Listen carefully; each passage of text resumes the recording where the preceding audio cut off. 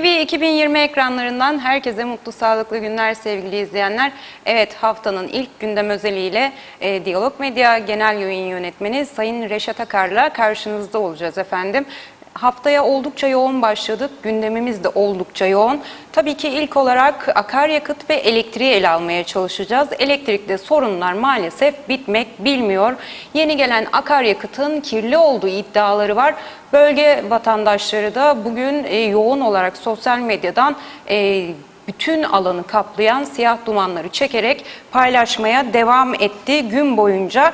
Tabii ki Başbakan Ünal Üstel de bir açıklama yapmıştı, biliyorsunuz ki ihalesiz akaryakıt alımının yıl sonuna kadar süreceğini söylemişti.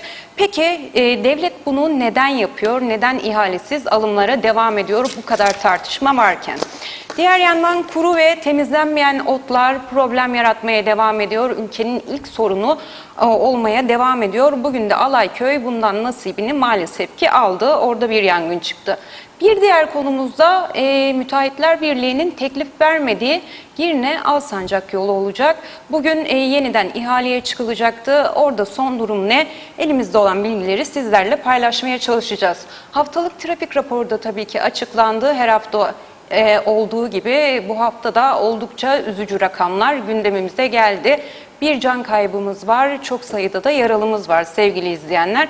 Bir diğer önemli konu dış gelişme, dış siyaseti de ele almaya çalışacağız. Avrupa Birliği Uyum ve Reform Komiseri Elisa Ferraria'nın çok önemli açıklamaları oldu. Ama bu önemli açıklamalar satır aralarında kaldı. Ferraria ne dedi? Kıbrıs tümüyle AB toprağıdır ifadesini kullandı. Bunu da konuşup açmaya çalışacağız. Ve tabii ki Minik Kuzey için yardım kampanyası sürüyor. Biliyorsunuz ki TV 2020 ekranlarında yeniden sizlerle buluşmuştu. Sevindirici güzel haberler var. Bunları da konuşmaya çalışacağız. Siz de soru, görüş ve yorumlarınızla programımıza ortak olabilirsiniz. Evet, Reşat Bey merhabalar efendim. Merhabalar Özlem Hanım. Herkese hayırlı günler dileyelim. Nihayet uzun bayram tatili tabii Kıbrıs'ta daha erken bitti de Türkiye'de bugün işbaşı yapıldı ve piyasalar açıldı. Açılır açılmaz da hayırlı uğurlu olsun diyelim. İsterlin yeniden 21'i gördü bugün. Şu an itibariyle İsterlin bir İngiliz İsterlini 21 Türk lirası. Euro'da 18'i zorluyor. Evet, bugün Özlem Hanım'la birlikteyiz. Funda Hanım yine bir haftalık bir tatile çıktı. Bitmiyor mu tatil süreleri diyeceksiniz ama bitmiyor. İzin haklarını kullanıyor. Onun için Özlem Hanım'la birlikteyiz. Bugün de yarın da yine önemli konuları konuşmaya devam edeceğiz. Şimdi en önemli konu akaryakıt ve tabii ki tekneciye gelen akaryakıt. Elektrik kurumu maalesef zorlana veya zorlaya yaşatılmaya çalışılıyor. Ama ne kadar daha yaşatabileceğimizi kimse söyleyemiyor. Şimdi bu kuruma inat ve ısrarla ihaleye çıkmadan yakıt alınıyor. Ve Başbakan Ünal Üstel dün bir açıklama yaptı. Dedi ki uluslararası ihale sonuçlanıncaya kadar daha pahalıya da mal olsa ki oluyor diyor. Acil yakıt akımı devam edecek, alımı devam edecek ve Bakanlar Kurulu 2022 yılının sonuna kadar ihalesiz akaryakıt alma yönünde bir karar üretti. Ve bu karar da hafta sonu yayınlandı. Gece yarısı operasyonu şeklinde nitelendiriliyor. Şöyle diyor Ünal Bey. Uluslararası ihale süreci devam ediyor. Ancak süreç o noktaya gelinceye kadar acil alım yapmak zorundayız. Acil alımda bu piyasada hem taşıma hem de yakıt alımı safhasında daha pahalı. Bunun da en uygun ve en ucuz şekilde yapılması için gerekeni yapacağım diyor. Bu konuda kimin ihmali varsa pahalı alımda dahil devleti zarara uğratan kim varsa hesabının sorulması için çaba harcamak boynumun borcudur diyor. Ve şöyle diyor. Bir taraftan ülkemizin enerji açığı yaşamaması, diğer yandan da bu süreci bu noktaya getiren herkesin şeffaf bir şekilde sorgulanması için çalışacağım diyor. Maalesef diyor uzun süredir kötü yönetilen bir sürecin sonuçlarını yaşıyoruz diyor. Şimdi bugün bana çok farklı yerlerden o bölgelerde, Tekneci'ye yakın bölgelerde oturan vatandaşlarımızdan video kayıtları geldi, fotoğraflar geldi. Gerçekten görünce çok üzüldüm. Gelen yakıt kaliteli değil, çok tehlike yaratan bir durum var orada. Zehirleniyor resmen insanlar. Bakınız, bunlar bugün 3-4 değişik kişiden geldi ve o bölgede oturuyor bu insanlar. Onların çektiği videolar. Hatta sesli vardır. Bir tanesini arkadaşlar bizi kenara alabilirsiniz veya çıkarabilirsiniz. Sesli verelim onları.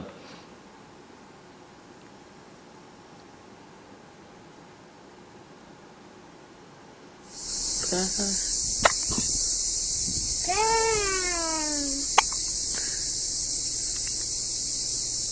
Tamam. Maşallah. Ana gidip yakına da görelim. Ne duman be. Aa, zehir. Daha şey yapıyorsunuz büyük.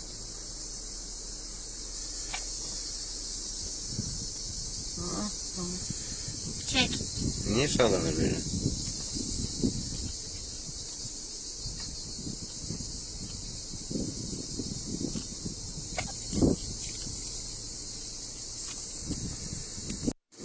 Şey yapıyorsunuz büyük.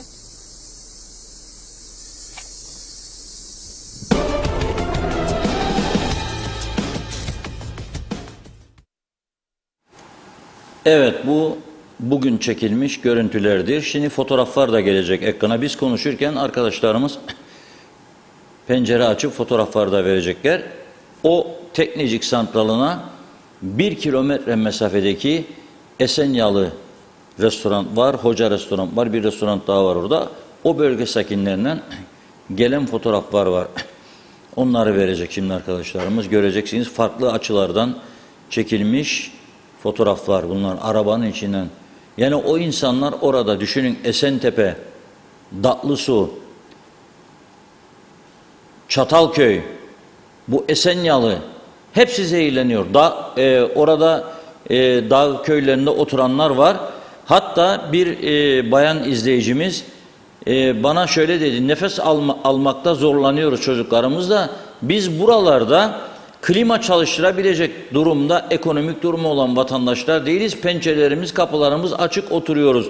Bu 40 derece sıcak altında bize diyor maske gönderin diyor. Korona maskesi değil, Teknecik'ten korunma maskesi gönderin bize diyor. Teknecik'in zehirlerinden korunma maskesi. Hem daha pahalı. Bakın itiraf ediyor. Başbakan diyor ki daha pahalı. Hem yakıt daha pahalı, hem taşımacılığı daha pahalı. Hem kazıklanıyor millet, hem de daha zehirleniyor. Ha, budur çıkan sonuç bugün. Yani bunu inat ve ısrarla nasıl yaşatacaklar? Ve yine Sayın Başbakan diyor ki güneş enerjisine geçmemiz lazım diyor. Çok güzel. Veya diyor kaployla diyor Türkiye'den denizaltı gelmesi lazım. Güneş enerjisi bugün karar verseler, ihaleye çıksalar ve özel sektörden teklif almaya başlasalar, bakalım kaç yıl isteyecek o sistemi kurabilsinler, kaç yıl sonra devreye girecek. 2, denizaltından kaplo ile o da kaç yıl isteyecek gelsin ve ne zaman gelecek hiç belli değildir. Peki ne olacak bu ülkenin hali? Biz bu şekilde hem zehirleneceğiz hem en pahalı elektriği üreteceğiz. Çünkü siz zaten bir zam yaptınız. Pahalı aldığınız elektriği zararına satamayacağınıza göre yeni zamlar da kapıda demektir. Vatandaş bunu ödeyemiyor. Yeni zamları nasıl ödeyecek? O zaman sorarım. Madem ki size Türkiye'den deniz açığında gemilerle gelecek olan dünya enerji satan 72 ülkeye şirketler var ve gelip size diyor ki zehirlemeyeceğim diyor. 1, yarı fiyata vereceğim. 2 diyor 15 sente. Siz şimdi 40 sente elektrik alıyorsunuz Güney Kıbrıs'tan. Bunu bakalım kaça mal ediyorsunuz. Ve zararına veriyorsunuz. Ve Kıptekin meğer daha bilmediğimiz neleri varmış. Bakınız. Daha bilmediğimiz neleri varmış. Zorla yaşatacağım ben diyor. Batma bahasını halkı da batıracağım, ülkeyi de batıracağım. Herkesi de zehirleyeceğim, herkesi kanser de edeceğim. Ama ben yaşatacağım bunun için kötü adam olmak istemem diyor bana. Saldırsın sendika mendika şu bu. Sendikanın içindeki meseleler de var, ona da geleceğim de. Şimdi Gazi Mausa'da bir düşünür bir arkadaşımız var. Merkan Hamit. Hatta bu çözüm barış iki toplumlu örgütlerde rol aldığını biliyorum. Bugün bir paylaşım yaptı. Çok enteresan buldum. Ben de bilmiyordum bunu. Siz de bilmiyorsunuz. Okumak istiyorum. Şöyle diyor bakın. Yaklaşık diyor 4 yıl önce üzerimize aldığımız elektrik hattını kapatmak için elektrik kurumuna gittik diyor.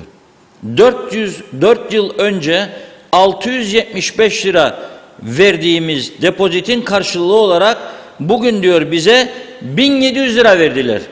Biz diyor 675 verdik 4 yıl önce. Bunlar bize bugün 1700 lira verdi diyor. Sebebi nedir? Onlar da demiş ki depozitolara zam geldi. Bu haktan yararlanacaksınız demiş.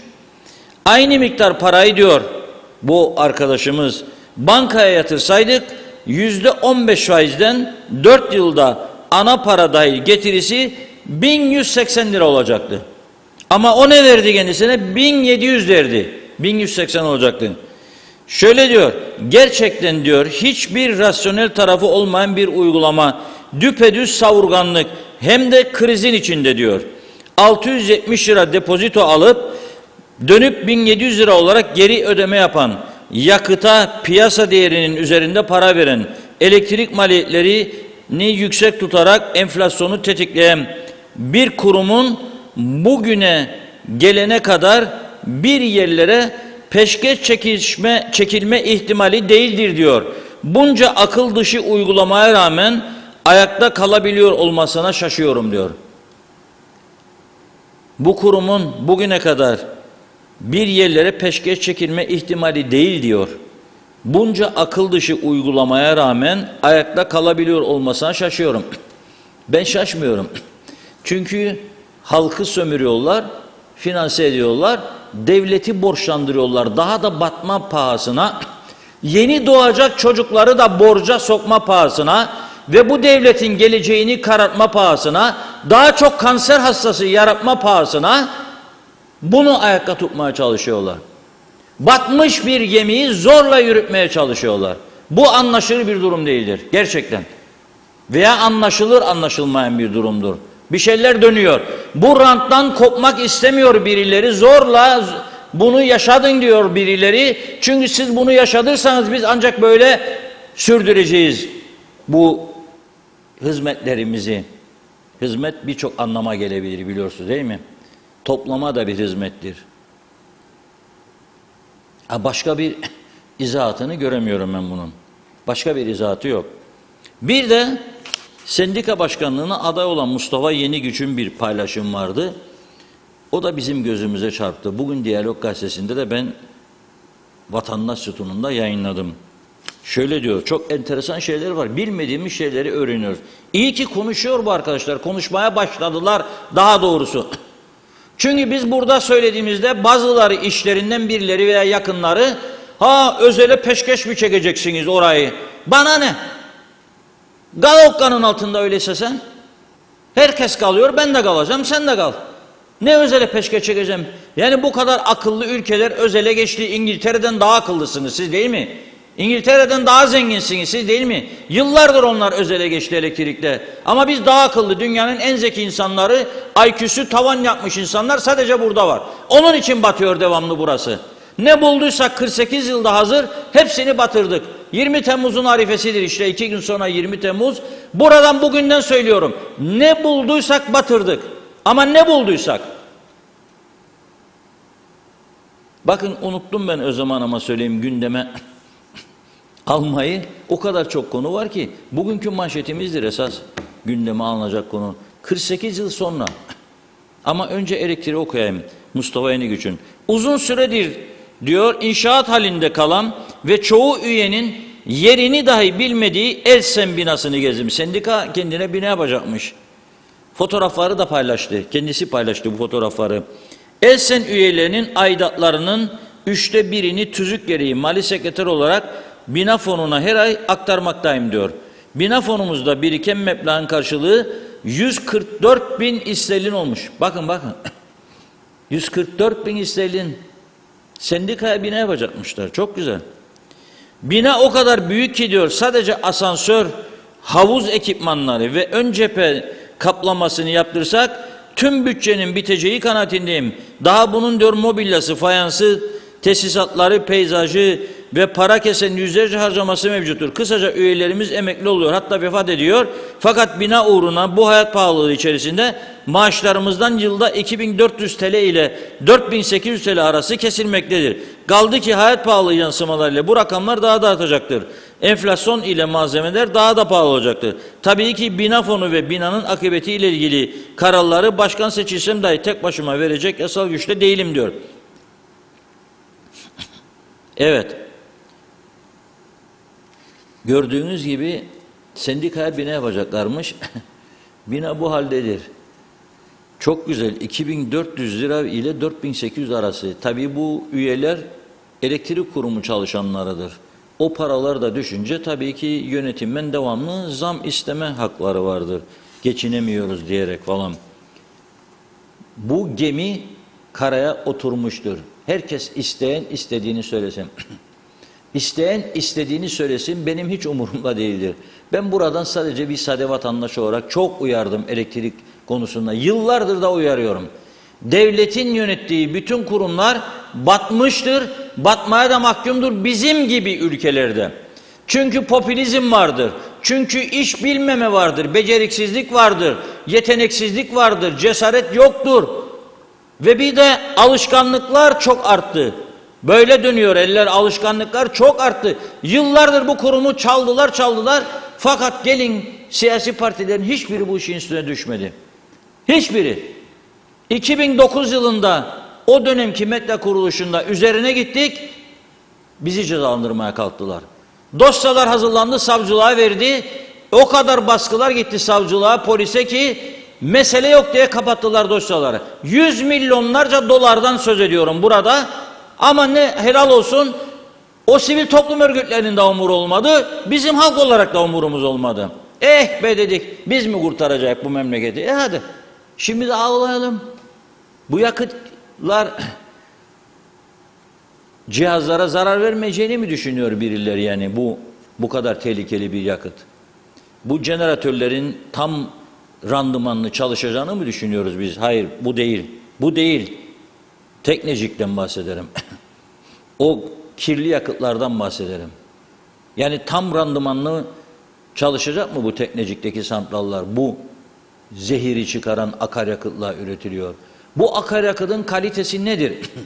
Niye açıklanmıyor kamuoyuna? Hadi anladık, ihalesiz alıyorsunuz. Kimden kaça aldığınızı da açıklayın. Diyorsunuz daha pahalı ama biz bilmiyoruz kaç paraya. Kimden, nasıl oldu bu iş? Kimlerden teklif aldınız el usulü? Veya kendiliğinden mi geldi buldu sizi bu satıcılar? Nereden? Biri mi size önerdi bunu? Birileri size baskı mı kullanıyor bunun için? Nedir dönen? Bak buradan söylüyorum, çok ciddi bir şaibe altındasınız bunu yapanlar. Kendi kendinizi kirletmeyin lütfen. Gerçekleri kamuoyu ile paylaşın, herkes bilsin. Ama ben orada yaşayanlara acıyorum şu anda.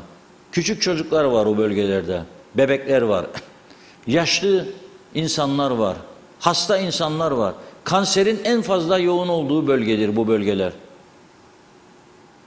Bu şekilde bırakamazsınız. Ya bu konuya birilerinin el atması lazım. Çevre Bakanlığımız var sözde, nerede? Uygun mudur bu yakıt kalitesi çevre koşullarına? Ne güzel oralarda evler var, bu Esenyalı'da falan, Çatalköy, Esentepe, ne güzel yerler var. İnsanlar yaz günü penceresini açıp temiz hava almak isterken bunu soluyacak. Resmen ülkeyi her yönüyle kirlettik. Her yönüyle kirlettik, mahvettik resmen bu ülkeyi. Ve devam da ediyor bu iş. Devam da ediyor. Başbakan sonuç atsın. Kaç senede sonuçlanacak? Ömrü yeteceğini sanmıyorum. Daha önce açılanlar gibi o da mesele yok diye kapatılır, açılsa bile. Neredeyiz? Hangi aşamadayız? Kimi soruşturuyoruz? Şu anki durumu bilmiyoruz ki geçmişi sorgulasınlar. Şu an nedir bunun durumu? Bilemiyoruz. Bakın sessiz kalanlara da söylüyorum. Bu sessizliğin sonu hiç iyi olmayacak. Çünkü bakacaksınız 2 saat sonra, 1 saat sonra biz şu anda konuşurken bile elektrikleriniz gene durabilir. Yani yakıt vardır diye bu santral tam kapasite, randımanlı bir şekilde çalışacak diye bir durum yoktur ya. Jeneratörler eskimiştir, hurdalıktır, bakımsızdır. Yedek parça ihtiyacı vardır, alınmamaktadır. Kaç gün daha yaşatacağınızı düşünüyorsunuz burayı?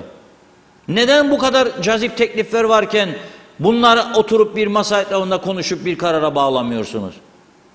Nedir, sebebi nedir? Engelleyen kimdir? Varsa eğer. Kabul edilebilir bir durum değildir. Memleketimizin her tarafından üzücü, gerçekten üzücü haberler vardır, üzücü görüntüler vardır. Ben özellikle Maraş'ı Singapur yapacaklarını söyledikleri zaman titrerim devamlı. Bir titreme tutar beni. Allah'ım Allah'ım derim, bunlara gene derim. Çünkü Singapur'u görmediler. Bari okuyun, videolarını izleyin. Ben gördüm diye bilirim. Singapur, gılına gelemek Singapur'un. Vazgeçtim Singapur'dan falan. Girne hiç olmazsa bulduğumuz şekilde yaşadaydık ya. Değil mi? Özlem Hanım, çok mu birikti mesajlar? Mesajlarımız yoğun. Her zamanki gibi Reşat Evet, Bey. o zaman biraz Özlem Hanım'a fırsat vereyim, başlasın. Sonra gündeme almadığımız Girne'ye geçmek isterim. Hemen bunun arkasından iyi olacak diye düşünüyorum. Buyurun. Teşekkürler. Osman Rakibet bizlerle iyi yayınlar demiş. Teşekkürler Osman Bey. Mehmet Uluçaylı bizlerle iyi günler. Özlem Hanım, Reşat Bey. Mutlu, sağlıklı, huzurlu bir hafta olması dileğiyle iyi yayınlar demiş. Mehmet Bey teşekkürler. Gürkan Giritli bizlerle iyi yayınlar demiş. Teşekkür ediyoruz.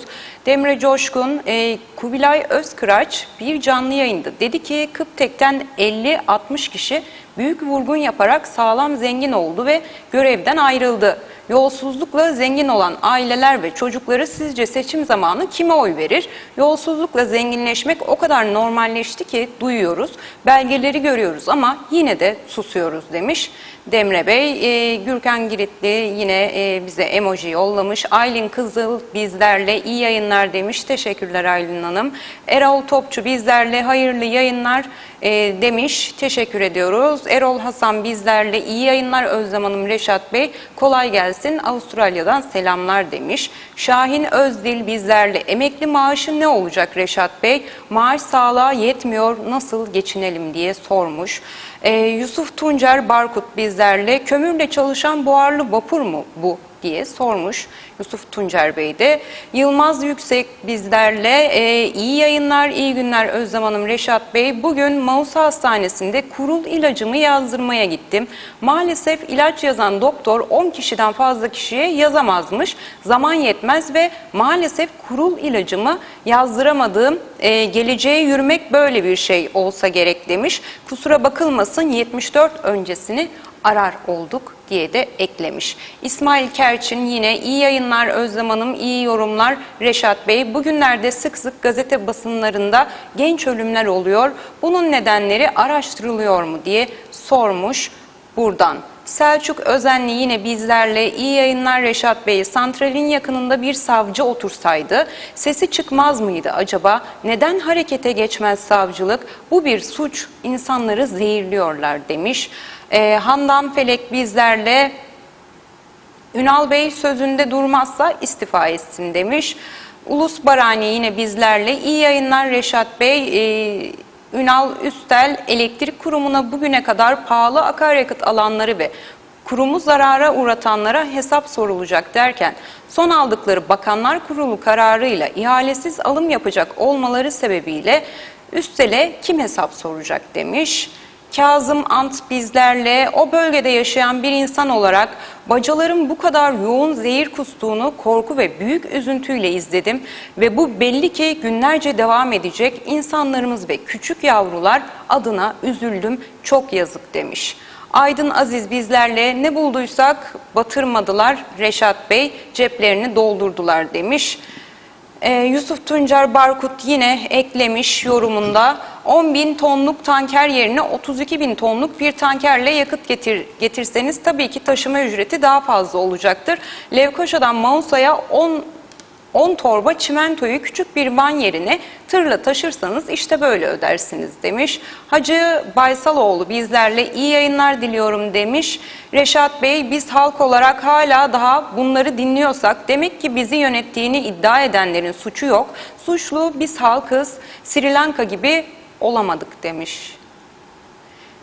Nikos Bülent Antonio bizlerle iyi yayınlar dilerim demiş. Teşekkür ediyoruz.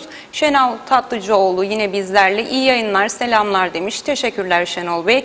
Ulus Barani, Reşat Bey, sizce elektrik kurumu Aksa'ya devredilir veya özerkleştirilirse bu sorunlar kısa bir sürede çözülür mü diye sormuş. Fatih Aztekin bizlerle iyi yayınlar demiş. Cemal Güven bizlerle Reşat Bey, o Mausa'dan yazan arkadaşın yaptığı hesap yanlıştır. Çünkü kurumun sizden aldığı depozit parası sizin hakkınızdır. Depozit ücretleri güncellendikçe siz depozit iadesi alacağınızda kurumun o günkü depozit ücretini size öder. Yani banka hesabı geçerli değildir demiş. Enver Taşer bizlerle iyi yayınlar demiş. Havada tekneciğin kanserojen kötü kokusu, denizde otellerin dışkı pisliği, diğer yandan hayat pahalılığından bu insanlar bu kadar kötü olumsuzluğa rağmen bana söyler misiniz bu asgari ücret 8.600 TL ile nasıl yaşayacak bilemiyorum. Vallahi Reşat Bey hep el ele verip bu ülkeyi bitirmeye ve bu insanları bundan kaçırmaya sanki de yemin etmişler demiş. Çok yazık. Güzelim Kıbrıs'a çok yazık diye de eklemiş. Necdet Mavi Gözlü, Kuzey Kıbrıs Birleşik Afrika Pakistan Cumhuriyeti'nden hayırlı günler, hayırlı yayınlar demiş. Reşat Bey, eve elektrik saati bağlatacağınız zaman sterlin üzerinden karşılığı Türk parası veya sterlin yatırmıyorsunuz. O size demin yazan vatandaş da sterlin üzerinden o günkü kur karşılığı parasını yatırdı. Şimdi depozitosunu geri ödediğinde o günkü yatırdığı sterlin ne kadar iseydi, şimdi o sterlin karşılığı olan Türk parasını aldı. Burada yanlış bir şey yoktur. Doğrusu da budur. Yani bir kere de doğru iş yaptılar. Aynı şeyi ben yaşadığım için biliyorum demiş. Natalya Dede bizlerle Reşat abi yanlış oy teknik ve yanlış oy teknevi kullanır demiş. Mete Arsu bizlerle Sayın Reşat Bey, bir de limanlarımızın durumunu duyursanız. Geçen hafta Türkiye'den geldik, elektrik yok, limanda yüzlerce insan sokakta bekledik demiş. Eser Yurteri bizlerle iyi yayınlar demiş. Teşekkürler. Barış Güzelyay bizlerle Kılıçdaroğlu da ayar çekti. Kıbrıs'ta iki devlet, Kuzey Kıbrıs Türk Cumhuriyeti, egemenlik vesaire her zaman söyledim. Türkiye'de siyasetçiler dünyalı olamaz. Ne sağcısı ne solcusu, en solcusu bile Vatan Milliyet Sakaryacı demiş. Ki Türkiye'de solculuk evrensel değildir diye de eklemiş. Manu bizlerle göz göre göre zehirlenir millet Reşat Bey demiş. Zühre Ezgi Eylül Özçırak yine bizlerle iyi yayınlar dilemiş. Teşekkürler. Mehmet Şenler bizlerle iyi yayınlar dilemiş. Çok sağ olun Mehmet Bey. Ahmet Ulubay bizlerle teknecikle ilgili adlı şanlı sendikalar nerede? Hepsi alacakları üye aidatlarının hesabını yapıyorlar herhalde diye eklemiş. İbrahim Aydoğdu Harmancı bizlerle iyi yayınlar dilerim demiş. Karşıyaka Girne'den selamlar. Eser Yurteri iyi yayınlar demiş bize yine. Teşekkürler. Niyazi Aktaş, bu ülkede hırsızlık had safhada, kişisel çıkar bu ülkeyi bir adım ileri götürmez Reşat Bey. İyi yayınlar demiş. Neşe Güneş Felaoğlu bizlerle sağlıklı güzel bir hafta dilerim demiş. Engin Sadat Tözün, Sayın Başbakan ne söylerse söylesin tam tersini yapıyor. Maaşlarda yaptığı ortada. O yüzden hiçbir şey yapamaz demiş. Cengiz Han Refikoğulları bizlerle iyi yayınlar dilemiş. Can Özyiğitler yine iyi yayınlar demiş. Çok teşekkür ediyoruz yorumlarınız için. Sözü şimdilik size bırakıyorum Reşat Bey. Yorumlarımız yine gelmeye devam ediyor. Yeniden yer vereceğiz. Evet, çok teşekkür ediyoruz yorumlar için. Bizlere büyük katkı veriyor, katkı sağlıyor. Biz de eksiklerimiz varsa onları sizler sayesinde tamamlamaya çalışıyoruz. Şimdi bir video daha geldi. Teknecik santralının bulunduğu bölgeden. Onu da sesli vermeye çalışacağız sizlere. Gerçekten durum hiç de hafife alınacak gibi değil. Yani kabul edilebilecek bir durum değil. Resmen zehir yayılıyor. Ve düşünün siz, orada deniz sahildedir bu. Sahilde artık deniz nasıl kirleniyor, insanlar nasıl zehirleniyor ve bu tabii rüzgarla yayılıyor. Sadece o bölgede kaldığını düşünmeyelim. Gerçekten bu da acilen müdahale edilmelidir. Eğer yakıtın kalitesi buysa bunu birileri durdurmalıdır diye düşünüyorum. İzleyelim o videomuzu.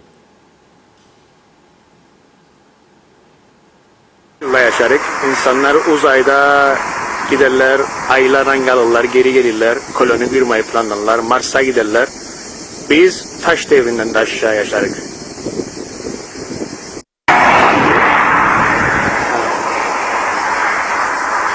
...21. yüzyılda yaşarık. İnsanlar uzayda giderler, aylardan kalırlar, geri gelirler, koloni kurmayı planlarlar, Mars'a giderler.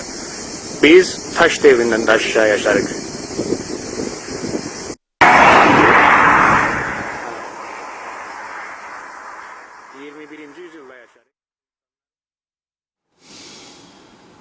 Evet, üzücü bunlar ve dediğim gibi hep o bölgelerdeki insanlardan bizlere gönderilen video kayıtlarıdır, fotoğraflardır. Bunları gördükçe üzülüyoruz. Filtresiz bir santralımız var, bacasında filtre yok. Geriye gidelim. 30 yıldır istisasız, bilemediğiniz 25 yıldır bu Teknecik Santralı'nın filtre konusu tartışılıyor. Ve herkes eleştiriyor. Muhalefetteyken eleştiriyor, iktidara gelince değişen bir şey olmuyor. Muhalefete düşüyor iktidar, eleştiriyor, iktidara gelince biz yapacağız dediler. Şimdi dediler ki kolay mı ya onu yapmak? Niçin değil? Bilimin sen kaç milyon dolar ister? Yaratabilirsin, yaratabilirdiniz. Örtülü ödenekler için yaydınız etrafa, karar alabildiğiniz gibi, onlara para bulduğunuz gibi 4500 hizmet aracı şahsi maksatlar için kullanılıyor, siz de biliyorsunuz. Sizin kullandığınız arabaların nerelerde yakıt harcadığını hepimiz biliyoruz. Değil mi? Akraba, dost, arkadaş düğünleri, başka meseleler için geziyor bu arabalarla insanlar. Bunlara kaynak yaratabiliyorsunuz. İhalesiz alımlar için bak söylüyorsunuz, diyorsunuz ki daha pahalı diyorsunuz. Hem taşımacılık hem yakıt daha da pahalı diyorsunuz. Bunlara bulup yaratabiliyorsunuz. Kendiniz oturuyorsunuz, hesap kitap yapıp bir anda maaş artışlarını ilan edebiliyorsunuz. Nereden buluyorsunuz bunları? Nereden bulacaksınız? Maliye Bakanı sessiz. Maliye Bakanı yok ortada, elektrik kurumu ona bağlı. Bunca gün yok. Üçüncü kez hacca gitmiş Maliye Bakanı. Hiç açıklaması yok. Ne düşündüğünü, ne yaptığını bilmiyoruz. Sorulduğu zaman o da bilmiyor. Bakacağız, edeceğiz diyor. Bir şeyler dönüyor bu ülkede. Nedir onu anlamak mümkün değil. Tabii bu olsa sadece dediğimiz sorun değil. Bakınız ben yıllarca yurt dışındaki turizm fuarlarına katılmış birisiyim. Turizm yayıncılığı da yaptığım için geçmişte çok ülke gördüm, çok ülke fuarı ama özellikle İngiltere'nin hem dünya turizm fuarına hem bölgesel fuarlarına Manchester, Glasgow, Birmingham, Cork, Dublin bunlara defalarca katılmış birisiyim. Şimdi oralarda eskiden KKTC Turizm Bakanlığı Girne'yi genellikle kapak yapardı. Girne Antik Liman ve Girne Kalesi. Girne Kalesi. Düşünebilir misiniz siz? Bizans, Lüzinyan, Venedik, Osmanlı, İngiliz bu dönemleri geçirmiş. O mimarileri, onların izlerini barındırmış bir yer. Hale bakar mısın? Bu görüntüler arşiv değil, yeni çekilen görüntülerdir. Ekibimiz kalenin üzerindeki otlara, çevresindeki otlara bakar mısınız? Restorasyon yapılmadığı gibi çevresindeki otlar ağaç olmuş. Onlar dahi temizlenmiyor. Bakın burası yıllardır böyledir. Kimdir sorumlusu? Belediye mi? Kabul etmeyecek. Çevre Bakanlığı mı? O da bilmez. Turizm Bakanlığı mı? O da bilmez. Ulaştırma mı? O da bilmez. Kimindir buralar? Yönetim kimdedir? Yönetim kimdeyse neden bunları yapmıyor? O iskeleye bakınız. Ahşaptan o iskele, ahşap kısımları hepsi çökmüş, yıkılmış. Bakınız. Bu hal mi Allah aşkına? Ve biz bunu bu hale getirdik. Bunu düzeltemiyoruz. Maraş'ıymış Singapur yapacakmışız. Maraş'ın o çökmüş halinden daha kötü bir duruma geliyor Girne. Tarih resmen isyan ediyor bize. Resmen isyan ediyor. Ve bazıları da bana der ki bu ülkenin turizmi doğa turizmiymiş, yapalımmışık. O kadar güzel tarihi eserlerimiz varmış. Çok güzel. Her tarafı batırdık. Her tarafı. Ne varsa elimizde tümünü batırdık. Tümünü rezil ettik. Ve en ağır cezayı hak ediyoruz. En ağır cezayı. Ben bir Kıbrıs Türk insanı olarak diyorum ki Allah'ın bir güç çıksın bize verilebilecek en ağır cezayı versin diyorum.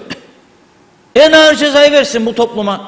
Bu ülkeye halk bunu hak eder demiyorum. Ama yönetim tarzı bunu gerekli kılıyor. Bu hal mi bu ya? Otları çevresinde galenin bunları bile temizleyemeyecek duruma mı geldik? Bu kadar mı ihmal, bu kadar mı terk edilmiş bir durum? Hiç mi ilgilendirmiyor bizi yönetenleri bu? Ben üzülüyorum. Gerçekten üzülüyorum. Ve biz buna layık olmadığımızı düşünüyorum. Bu kadar beceriksiz bizi dünyaya, bu kadar beceriksiz, bu kadar umursuz, bu kadar ihmalkar göstermelerini hak etmiyoruz diye düşünüyorum. Ama maalesef bizi dünyaya böyle tanıtıyorlar. Kıbrıs Rumlar gelip burayı gördükleri zaman resmen bize lanet okuyorlar. Aldığınız silah zoruyla diyorlar. Ama bakınız duman ettiniz. Çok ağır cezaları gelecek bunların. Ne zaman? Günü gelecek. Çok ağır cezalar. Hak ediyor muyuz? Evet ediyoruz. Evet ediyoruz. En ağır cezaları hak ediyoruz. Ya benim elimde etki olsa ben yargılayacağım. Benim elimde etki olsa son 20 yılı özellikle ben yargılayacağım. Hepsi kelepçeli içeri girmesi lazım.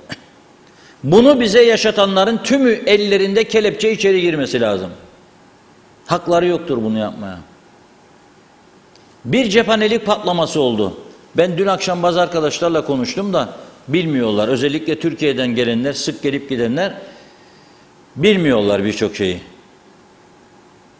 Rumlarda 6 yıl kadar önce bir cephanelik patlaması oldu. Datlısu, Mari diyorlar.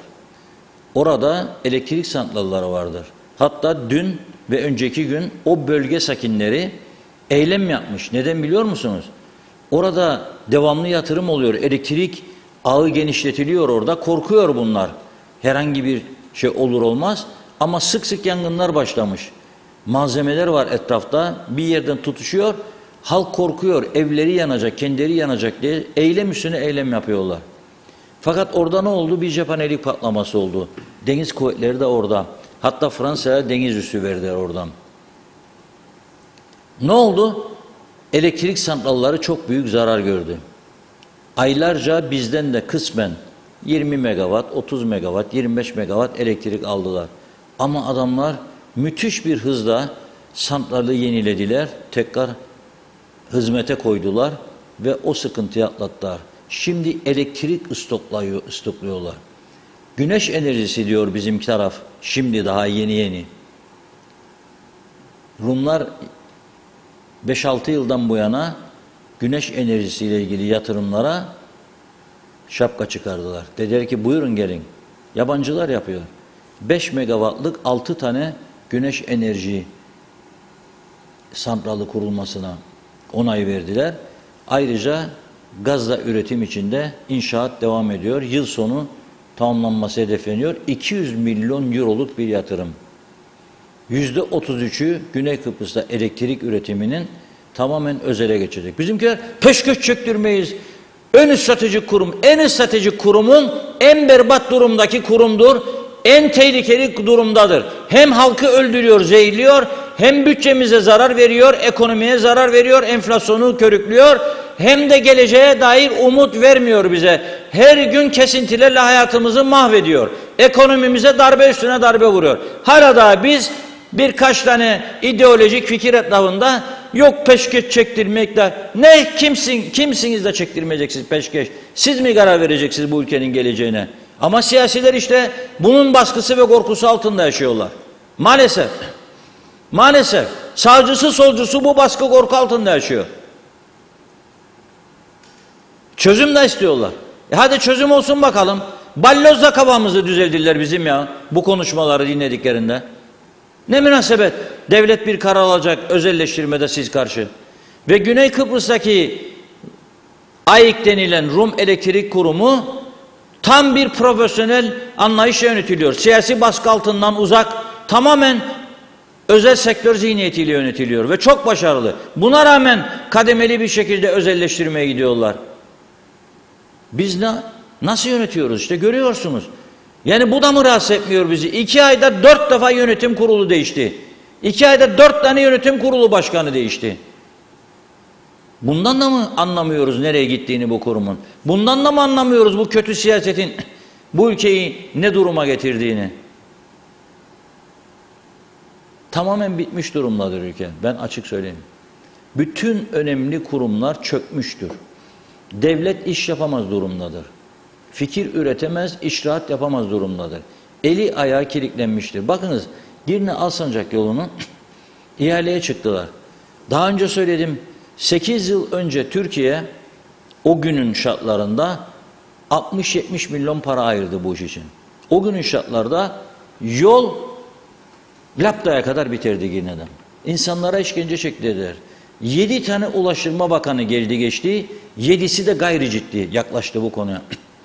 Ne dediler bilir misin 7'si de? İşte bir istimlak sorunu var da ben de yeni geldim de bakacağım da edeceğim de yalan dolan haberleri bile yoktu. Haberleri bile yoktu. İlgilenmediler bile.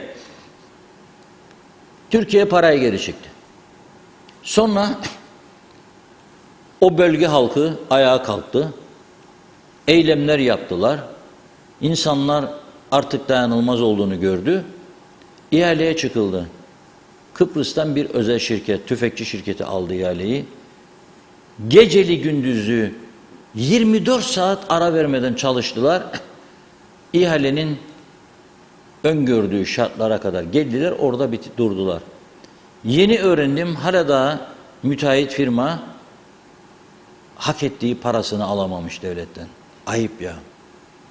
O günden bugüne ne kadar devalüasyonlar oldu, ne kadar değer kaybetti Türk parası. Enflasyon %100'ün üzerine çıktı.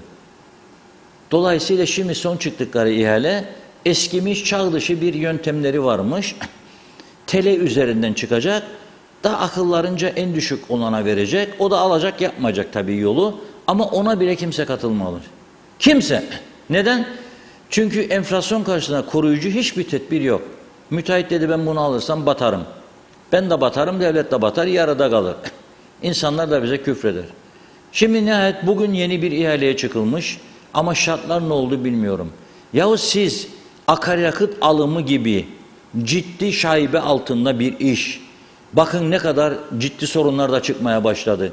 Onu Bakanlar Kurulu kararıyla yaptırabiliyorsunuz da bu ihalelerdeki hiç olmazsa enflasyondan kaynaklanan farkı veya devalüasyonlardan kaynaklanan farkı ödeme konusunda bir karar alamaz mıydınız? İptal oldu. Bugün tekrar çıkılıyormuş. Türkiye bu defa dedi ki hadi be Hasanlar, Hüseyinler, Mehmetler yapın dedi 64 milyon da vereceğim size. Şimdi 64 milyon vaadini aldık. Biz ihaleye katılan olmadı.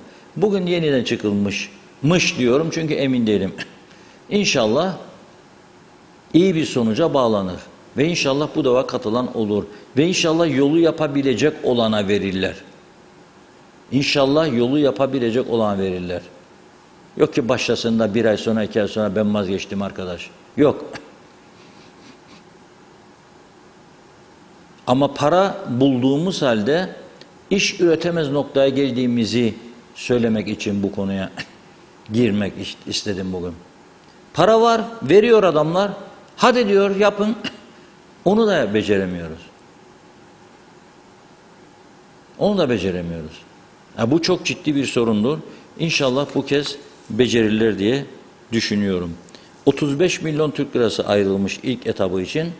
O 35 milyonluk harcama bittikten sonra ikinci etabı Lapla'ya kadar uzanacak bir şekilde ben o bölge insanlarından da yeniden sorgulamaya başlamalarını bekliyorum. Sorgularlarsa bu iş daha kolay gerçekleşecek. Yani görüyorsunuz değil mi? Yapılacak çok iş var ülkemizde ve istersek kaynakla yaratma şansımız vardır. Türkiye vardır. Türkiye veriyor. Kendimiz de kaynak yaratabiliriz. Ama bu yöntemleri kullanmıyoruz. Yani mesela Girne Kalesi'nin etrafındaki otların temizlenmesi bu kadar mı zor bir iştir? Bu kadar mı büyük kaynak mı istiyor bunları temizlemek? Yok. Yok. Öyle bir şey yok. Adam mı kalmadı belediyede? Çevre Bakanlığı süs olsun diye mi kuruldu? Adı yani sembolik bir şey olsun diye mi kondu oraya? Olacak bir şey değil. Yani bu manzarayı görünce ne diyorum ben biliyor musunuz? Halime bak kemancı diyorum. Dertli dertli çal.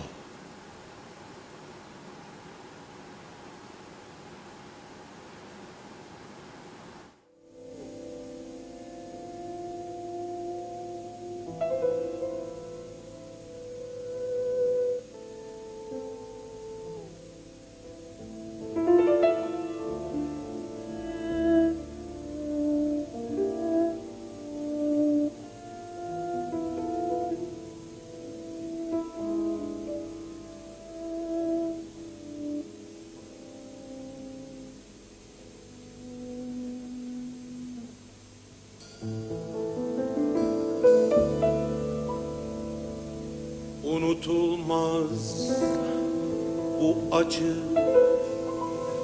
dertli dertli çal kemancı, her aşkta hüsran oldu gönül, bilmem bu kaçıncı. Unutulmaz bu acı, dertli dertli çal kemancı, her aşkta hüsran oldu gönül, bilmem bu kaçıncı. Halime bak dertli çal kemancı, başımın tacı, gitme bu gece sende kal. Benim halim çok acı. Halime bak dertli çal kemancı, başımın tacı, gitme bu gece sende kal. Benim halim çok acı.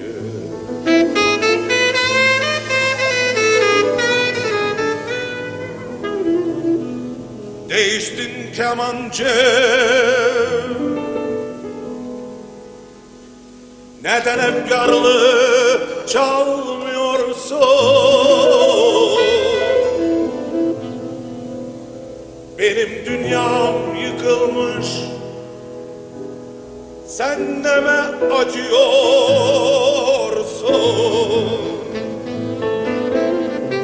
Gözümden kaçmıyor, benden hep bir şey saklıyorsun.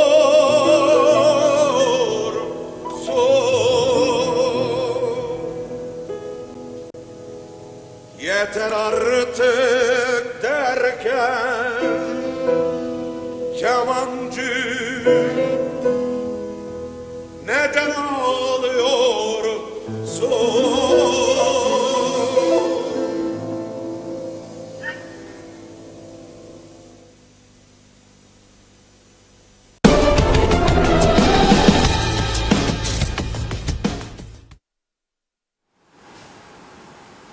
Evet, tam da bize uyan bir şarkı. Halime bak kemancı diyor, dertli dertli çal diyor. Şimdi bu görüntüler ekrana gelirken bir şey söylemiştim. Dedim ki bir gün gelecek bize hesabını soracaklar dedim. Bunu böyle iş olsun diye söylemiyorum. Çünkü bakınız 2004 yılında Kıbrıs'ın tamamını Avrupa Birliği'ne aldılar. Ve dediler ki çözüm olmadığı için ve sınırlar olduğu için bir yeşil hat tüzüğü çıkaracağız.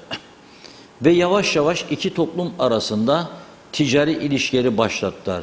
Devamlı yükseldi rakamda.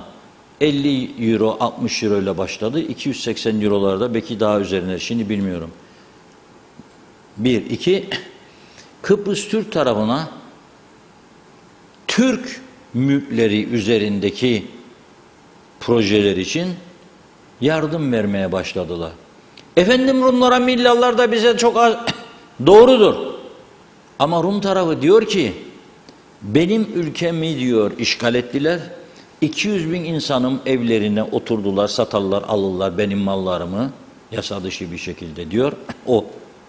Siz diyor bir de para verip bunları onurlandırmayın diyor. Çözüme odaklanmaları için diyor cezalandırın diyor. Avrupa Birliği'nin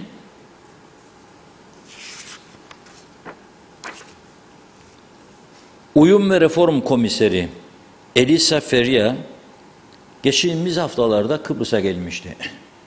Hem güneyde görüşmeler yaptı, Rum lideriyle görüştü, hem kuzeye geçti, KKTC Cumhurbaşkanı ile görüştü. Bilgi aldı, sınır boylarını gezdi, göçmen kamplarını gezdi ve dünkü bir gazetede, hangi gazetede tam emin değilim, Filareftoros gazetesinde, Güney Kıbrıs'ın en yüksek tirajlı gazetesi, bir özel demeç yayınlandı komiserle ilgili. Soru sordular kendisine, o da cevaplarını verdi. Yani bu cevaplar arasında ilginç bir sözünü aktarmak istiyorum. Yeniden yardım programlarıyla diyor, finanse ettiğimiz şey diyor, aslında iki tarafa da faydası olan ve işbirliğini cesaretlendiren projelerdir. Bazı Kıbrıslı Türkler şartların sınırlı olmasından ötürü gerçekte AB fonlarına erişemediklerini savunuyor. Dolayısıyla yasal koşulların karşılanması koşuluyla Kıbrıslı Türklerin Avrupa finansmanına erişmelerinden dışlanmamaları çok önemlidir diyor. Yani doğru dürüst projeler yapın, dışlanmamanız lazım diyor. Dışlamamak lazım Kıbrıslı Türkleri diyor. O projelere destek olmak lazım ve biz bunu yapacağız diyor. Bütün Kıbrıslılar diyor, Türk'ü Rum'u Avrupa Birliği vatandaşıdırlar ve ülkenin tamamı da diyor Avrupa'nın bir parçasıdır diyor.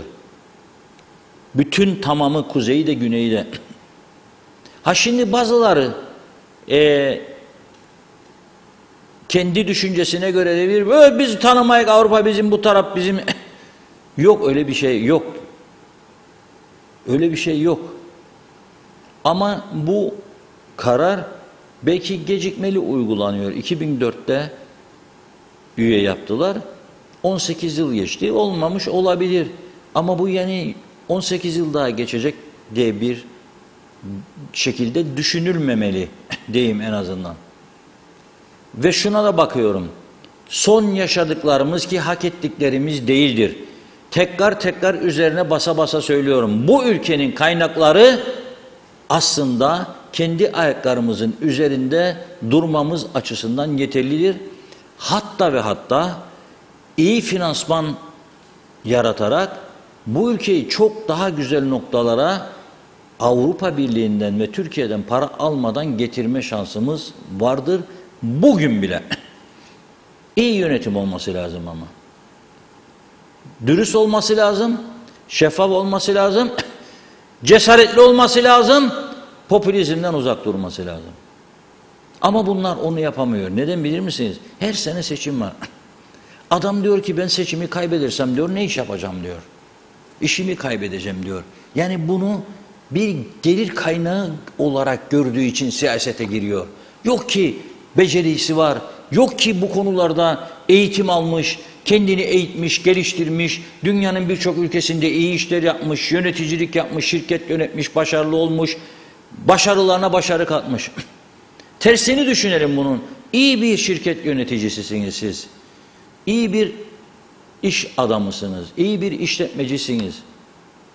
Ne yapmaya siyasete girersiniz? Onun parasına ihtiyacınız var mı? Yok.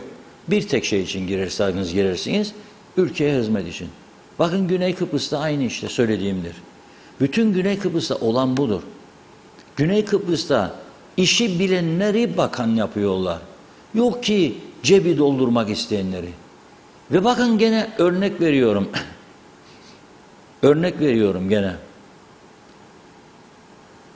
Nasıl ki Mari deniz üstünde cephanelik patlaması oldu ve dönemin Cumhurbaşkanı Hristofyas bugün hayatta değildir. Ayakta sorgulandı. Ayakta sorgulandı. Kurulan özel komisyon tarafından. Başsavcı tarafından sorgulandı. Ayakta. Savunma Bakanı cezaevine gönderildi. Hapis cezası aldı. Ordu komutanı Yunanlı Korgeneral hala hapistedir. Savunma Bakanı da üzüntüsünden cezaevinde öldü. Daha çok insan var. 8 yıl, 10 yıl hapislik alanlar var. O tarafın adalet sistemi. Bizim daha mesele yoktur diye kapatıldı bütün elektrik kurum dosyaları. Mesele yoktur diye KTH'ye dosyaları kapatıldı. Da şimdi hala paylaşımlar. Bizim de havayolumuz vardı. Havayolumuzu kurma. Neyi kuracaksın ya? Neyi kuracaksın? Bayram yerindeki uçacıklar değildir ya bu işte uçuracaksın. Bir dönecek de duracak. Yok böyle şey. Yoktur. Ama diyorum iki tarafın arasındaki ciddi farktır bu. Şimdi aynı şekilde diyor ki bütün ada diyor Avrupa toprağıdır. Avrupa Birliği tek yanlı davranıyor. Sen Avrupa Birliği'ne bırak Türkiye'ye proje sunamayın, sen para alasın. Ben iddia ediyorum adanın bütün yollarını 2-3 belediye yaptırırdım. Ben olsaydım. Adanın bütün yollarını bırak Türkiye hükümeti. Cumhurbaşkanı Erdoğan, Cumhurbaşkanımızı Fuat Oktay Bey'e gideceğim de diyeceğim bize yol yapın. 2-3 belediye yaptırırdım. Kıbrıs dediğin zaman herkes ayağa kalkıyor, gururlanıyor. Kıbrıs'a yardım yapmanın mutluluğunu yaşamak istiyor. Onu bile beceremedik. Devamlı gidiyorlar, Türkiye'yi geziyorlar, geliyorlar. 2'de 1'de Strasbourg'a, Brüksel'e falan da gidiyorlar, Avrupa toplantıları. Orada gördüklerinin gelip %1'ini yapsalar bu ülke cennet olurdu. Geçenlerde gene tahmin ediyorum bu arkadaşımız, Merkan Hamit de emin değilim. Birisi paylaştı. Gitti Güney Kıbrıs'ta bir bölgenin fotoğraflarını çekti. Dedi ki gelin görün dedi, para da istemez, bir şey de istemez. Aynısını dedi copy paste yapın dedi. Kimi yapacak bizimkiler ya? Var mı zaten o yetenek, o istek? Yok ya, o daha çok memur alacak, seçim geliyor Kasım'da. Zafer kazanacak, zafer diyor. Tek başına iktidar diyor. Belediyeyi de kazandığından olacak. Senin olsa giren olacak bugün. Ne diyeceğim bana biliyor musun? Kazandıktan sonra. Kaynak yoktur ya, yapalım diyeceksin. Ne diyeceksin bana sonra? Dışarıda çalıştıracak adam kalmadı diyeceksin. Personel isterik. Patlamış durumdadır personel bütün belediyelerde. Daha personel. Hiçbir şey olmaz. Yoksa iddia ederim.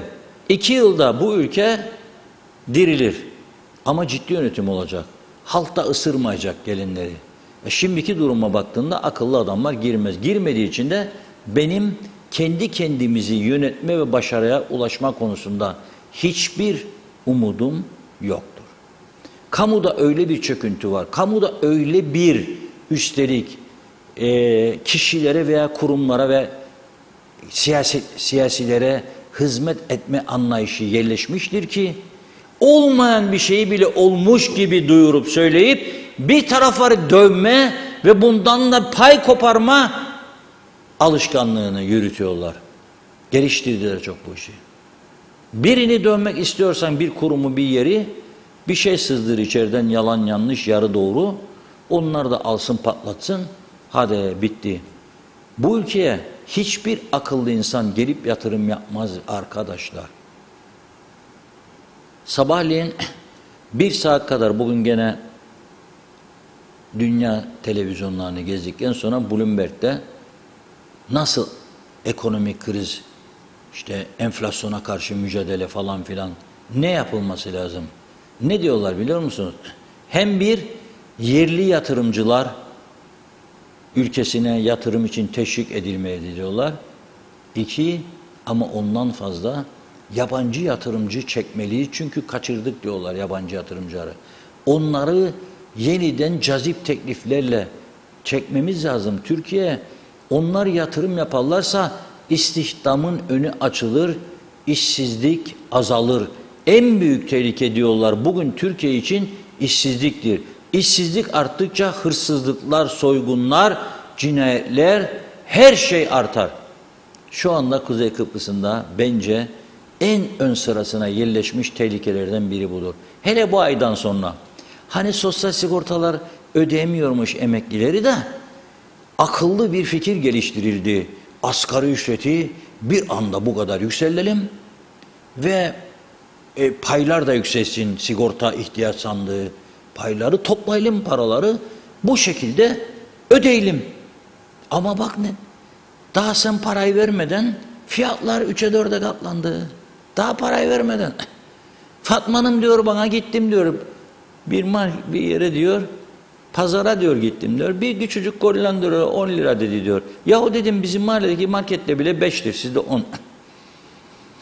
Kokuyu alınca paranın kokusunu başlıyor fiyatlar yükselmeye. Önemli olan fiyatları yükseltmek mi? Peki siz bunu yaparken iş yerim var zengindir kaldırabilir bütçesi. İş yerim vardır ancak ayakta durabiliyor. Ancak kepenk indirmemek için zorluyor şartları, direniyor. Ona ne yaptınız? Nasıl destek veriyorsunuz ki bu yeni getirdiğiniz şartlara ayak uydursun? Nasıl gelsin? Eylül ayı sonunda konuşalım. Artacak mı gelirler sigorta fonunun ve ihtiyaç sandığının ve devletin vergi gelirleri? Düşecek mi? Eylül sonunda lütfen dürüstçe rakamları önümüze koysunlar. Eylül sonu. Ben merak ediyorum çok. Evet. Özlem Hanım devam edelim mi? Birlikte Mesajlara. Reşat Bey, Birlikte. yer verelim dilerseniz. Yücel Barbaros bizlerle çevre dairesi ve polis tuzağa yatarak arabalara egzoz emisyon testi yapıyorlar ve fazla duman atan arabalara ceza yağdırıyor. Bu çevre dairesi bütün Kıbrıs'taki arabaların egzozdan çıkan dumanından daha fazla duman atan bu tesise niye ceza yazmıyor diye sormuş. Tema Yavaş bizlerle iyi yayınlar demiş. Londra'dan selamlar. Teşekkürler Tema adlı izleyicimize. Erdal Yarkın bizlerle iyi yayınlar dilerim demiş. Erdal Bey teşekkürler. Nuray Uluçay bizlerle iyi yayınlar. Zehirli kara kara duman ve ilk kez Arap köyden yanık yağ kokusu geliyor demiş. Yazıklar olsun demiş. Aysel Ersoy bizlerle iyi yayınlar dilerim demiş. Teşekkür ediyoruz.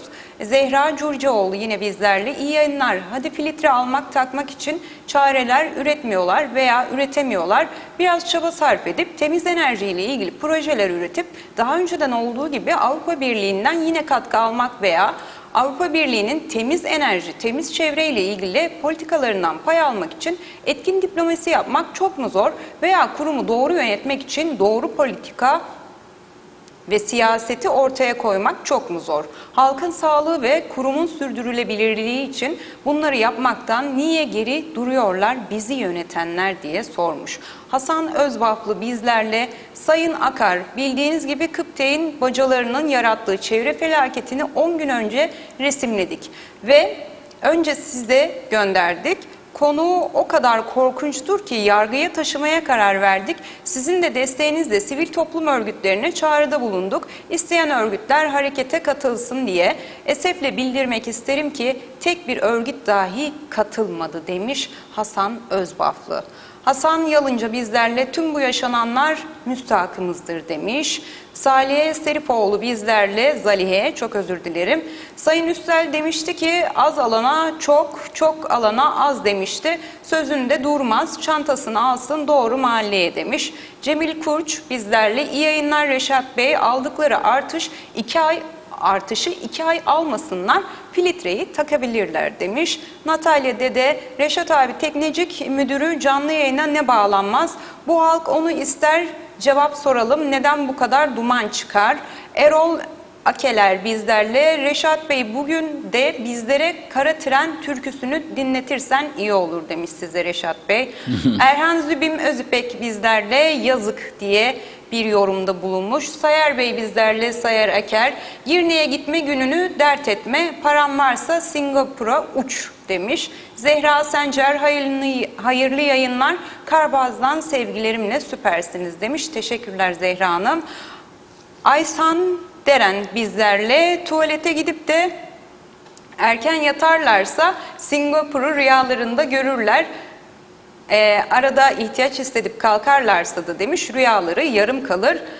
Ülgen Derin diye de eklemiş, ismi kısaltma bir şekildeydi. Mehmet Uçaner bizlerle yol göründü göç artık maalesef demiş. Zeynep Toros bizlerle iyi yayınlar dilerim demiş. Tek umudumuz sizsiniz Reşat Bey, sevgiler demiş. Çok teşekkür ediyoruz. Ahmet Halil bizlerle iyi yayınlar dilemiş, sağ olun. Sayar Bey yine eklemiş. Kuzey Kıbrıs Türk Cumhuriyeti dünyanın tek memur cenneti, doğrusundan beri halkına daireleri yarı kapalı demiş. Doğusundan beri. Fatma Gürer bizlerle iyi yayınlar, zaten elektrik kurumunun yarısı özel değil mi? Aksa diye de eklemiş. Natalya'da da yine Reşat abi Alsancak yolu kenara böyle çukurlar var ki kenarlarda Allah korusun bir araba düşerse o çukurlar kim öder demiş. Kim öder bunun hesabını? Zehra Sencer yazık üzgünüm gidişat kötü mazari bahane üreten bir millet olduk demiş. İsmet Ezel bizlerle 7 yıldır Salemist yolundaki savklar yanmaz, savklar. Mete Akarsu bizlerle Sayın Akar, Döver'de gemiye bindiniz mi? Ben bindim, bir de bizim gemilere bindim. Tam bir rezillik. Bizim yetkililer seyahat etti mi? Girne'den alsınlar ailelerini, binsin de görsün. Bu insanlar ne çeker? İlgili şirketler sadece parayı düşünür, yazık gerçekten demiş. Ziya Kaşifoğlu iyi yayınlar Reşat Bey, 4 aydır kanalizasyon çalışması yapılıyor. Size gönderdiğim sokakta asfalt çökmüş, her taraf toz içinde, pencere kapı açamıyoruz pislikten demiş. Ulus Barani, Reşat Bey çaldığınız şarkı tam Sayın Ünal Üstellik demiş ve ekibine yakışır bir tarzdadır demiş. Kıymet Nazım Topal bizlerle, tebrikler size ne kadar yerinde, kemancıyı da kutlarım demiş. Kenan Asioğlu bizlerle, kemancı değil trafik ışıklarında darbukacı var demiş. Zühre Ezgi Eylül Özçırak, elektriği öderik elektrik kesilir, ödemeyik yine kesilir, bir de zehrini dumanını içerik. Biz Teknecik Elektrik Santrali'ne yakın oturuyoruz, Beşparmak köyünde demiş. Oradan bildirdiğini de ifade etmiş bize. Arın Taşkıran, Kıbrıs Türk Memur Sendikası adına Disiplin Kurulu Arın Taşkan olarak demiş. 20 Temmuz Kıbrıs Barış ve Özgürlük Bayramı 48. yılı kutlu olsun, iyi yayınlar dilerim demiş.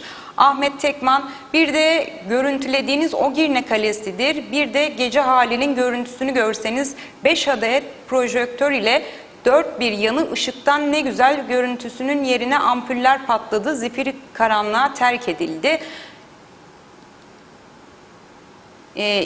Ağlarım demiş, memleketime baktıkça kör olası idarecilerimize demiş.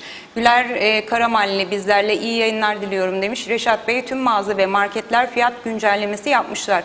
Bayram öncesi fiyatlar ve bugünkü fiyatlar arasında korkunç fark var. Üstelik bu güncellemeler neye göre güncelleniyor? Bunu sordum dükkan sahibine. Döviz yükseldi, mecburen dediler. Nereye gidiyoruz diye sormuş. Sayar Bey yine ayaklarımıza sağlık, hem yürüyelim hem koşalım. Siyaset bulantı verir, beynimize uzak duralım demiş siyasetten. Günay Şeerli, Hasan Özbaflı bu ülkede Çalışma Bakanlığı yapmış. Zeyko Yağ Fabrikası'nın hayata geçirmiş. Ülkenin yağ ve margarin gıda ürünlerini hayata geçirmiştir. Ülkesini seven birisidir. Kendisiyle 1986'da çalışma fırsatım oldu. Elektrik konusunda devlete tekliflerde bulunmuştur. Devlet bunu dikkate alıp görüşmesi gerekir. 1986'da bu kirli siyaset maalesef vardı. Fabrikayı kapatmışlardı demiş. Hüseyin Abdullah Şangil demiş. Yağ fabrikasını illere taşımışlardı.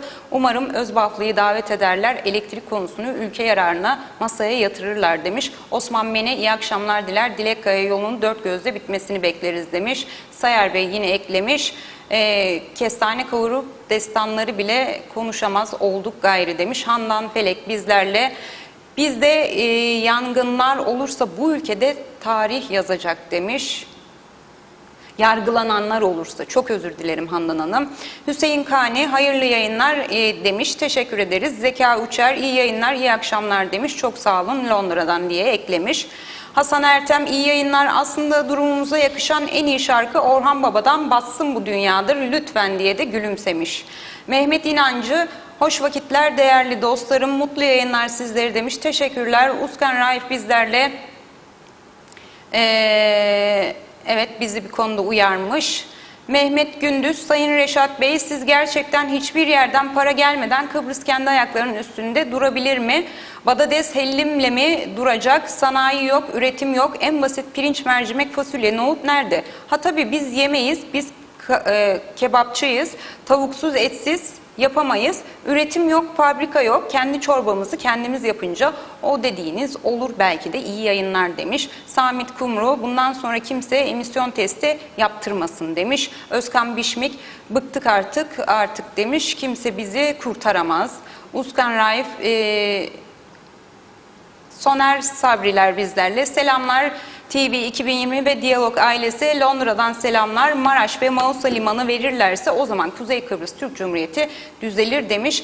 Mehmet Uluçaylı niye proje yapıp Avrupa Birliği'nin yardımıyla güneş enerjisine geçmiyoruz?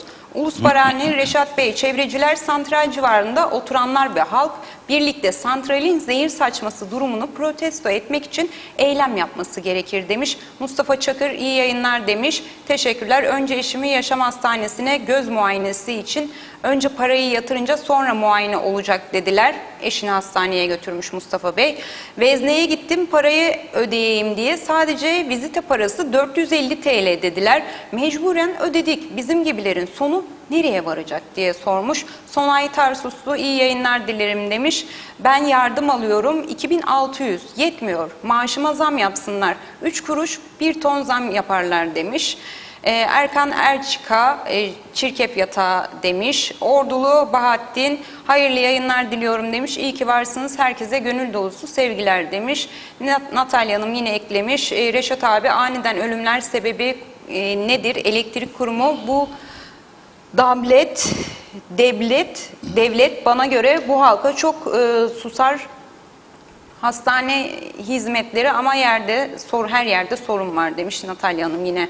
Sonay Tarsusu Ozanköy'de 3 aydır sokak lambaları yanmıyor, karanlıktayız. Mehmet İnancı 48 yıldır politize olmuş halkımız bu yangınlardan nasıl kurtulacak? En az 20 yıl sonra belki demiş. Ayten Güler Hasgören hayırlı yayınlar, Gönyen'den sevgiler selamlar demiş. Celal Harun son olarak yorumumuz 30 Temmuz 2022 tarihinde ESEN Genel Kurulu yapılacak mı? Mali rapor hazırlanmadığından dolayı ertelenecekmiş demiş. Mali sekreter bugüne dek ne iş yapıyor demiş. Evet sevgili izleyenler çok teşekkür ediyoruz yorumlarınız ve değerli katkılarınız için. Buyurun Reşat Bey. Evet çok teşekkürler herkese. Önce Tekman arkadaşımızın bahsettiği gece görseniz halini dedi Girne'nin gönderdi bana fotoğrafı. Gece hali de buymuş. Işıklar da yanmazmış. Oradaki aydınlatıcılar yanmıyor. Yani orasını artık o karanlıkta istediğiniz gibi kullanın diyor. Art niyetli, kötü niyetli biriler pansiyon falan bulamazsa orayı kullanabilirler. Yazık değil mi? Bir tarih onun için bize ihsan ediyor diyorum. Yazık. İstesek biz de görmeyiz bunları. İstesek biz de susarız. Gayet güzel geçiniriz insanlarla. Niye kötü adam olalım değil mi? Evet. Öteki konu bu ülke pirinç falan filan meselesi değil. ada ülkeleri Güney Kıbrıs nasıl kendi ayakları üzerinde duruyorsa Kuzey Kıbrıs da kendi ayakları üzerinde durabilecek bir noktaya gelebilir. Hatta Kuzey Kıbrıs'ın daha da büyük avantajları vardır. Bakınız buraya Avrupa Birliği'nden doğru dürüst proje yapıp doğru dürüst yardım alamıyoruz. İki, Avrupa Birliği'ne gerçekleri anlatma başarımız yok. Dünya ülkelerini anlatamıyoruz. Arap ülkelerini anlatamadık. Dış politikada çok gerilerdeyiz. Geçtim bunu. Ama Türkiye'ye sunduğumuz projelerin hemen hepsine yardım alıyoruz. Pandemi hastanesi örnektir. 45 günde yaptılar bize. 45 gün. Cezaevi. 120 milyon verdi Türkiye yaptı cezaevini. 2 yıl geciktik, açamadık cezaevini. Hala daha tam açılmış değildir. Hala da. Avrupa Birliği mezba için para verdi. Mezba bitti. 7 yıldır 8 yıldır açılamıyor. Hep sudan gerekçeler, hep bir takım şeyler ama usandık kardeşim. Usandık. Yapılabilecek çok şey var. Ha bir iddia var bugün Mausa'daki mezbahayı kapatmışlar diye. Bana bilgi veren arkadaş diyor ki böyle yaptılarsa diyor davul zurna çalacağım diyor. Neden? Bir gidin de görün diyor orası. Ben orayı görmeden de tahmin edebilirim. Çünkü Lefkoşa'da belediye başkanlığı yapmış geçmişte bir dostum bana bir gün dedi ki eğer dedi gidip o mezbahayı görürseniz hayatınız boyunca bir daha et yemezsiniz dedi. Ama çok güzel meyhanelerde akşamları şişçik, kuzucuk, şeftalicik falan filan götürüyoruz çünkü bizde de ciddi sorumluluk yok. 120 bin talebe var diye övünüyorlar burada. 30 bini 40 bini çalışmaya mı geliyor? Kaçakları Afrika'dan çek kenara. Türkiye'den gelen 65-70 bin öğrencinin akıttığı paralar nereye gidiyor? Neden bunlara kiralanan evlerin, dairelerin sözleşmeleri yapılmıyor? Devlet neden bunların vergisini toplayamıyor? Neden 40 bin, 50 bin, 60 bin kaçak insan kayıt altına alınamıyor? Bunları yaptığımızı düşünün sadece. Ben daha fazla fikir vermeyeyim size. Bu ülke, bakınız, bazı konuşmadığımız gelir getiren çok şeyler de var. Dıştan gelen hastalar var. Biz buradan şikayet etmekle birlikte dıştan gelenler var burada. Çok güzel paralar geliyor bazı sektörlere buraya. Çok güzel. Ama biz beceremiyoruz. Bu geldiği zaman ülkeye, bu ülkeye tekrar gelmesini sağlayamıyoruz. Bazı milliyetçiler var. Hayatının sonbaharına gelmiş. Bakıyorum bize de gönderiyorlar.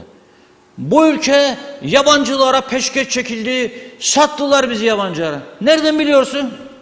Kim söyledi sana bunu? Kahvede o tavla oynarken söyleyecekler. Da ben şimdi sen beni alet edeceksin. Gazeteme sahip vereceğim de yazasın bunu sen. Kime satıldı? Ülken peşkeş çekildi. Bir de şunu da aklımıza yerleştirelim. Bu ülke toprakları bizim değil ki zaten ya. Bu elimizde tuttuğumuz %38,5'un 5,5'u 6'sıdır bizim belki.